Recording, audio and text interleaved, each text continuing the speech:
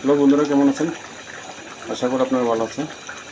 আজকে হলো লতি দিয়ে আর মাছ দিয়ে ভাগাইছি। এই দেখেন, লতি আর মাছ, নলা মাছ দিয়ে ভাগাইলাম। লতি আর মাছ, মাছগুলো কিন্তু ছোটো সাইজের মাছগুলো। এই যে দেখেন আপনারা, মাছগুলো ছোটো সাইজের। দেখেন তরকারিটা একবার মাখা মাখা করে ভাগাইলাম। আজকে আমার ওয়াইফ অসুস্থ কারণে আজকে আমি নিজের তরকারি ভাগাইলাম। সবসময় তো আমার ওয়াইফে তরকারি ভাগাই, আজকে আমি নিজে ভাগাইলাম। সবাই আপনারা কমেন্টে জানাবেন তরকারিটা কীরকম হয়েছে। লতি আর মাছ দিয়ে মাখা মাখা করে ঝুল।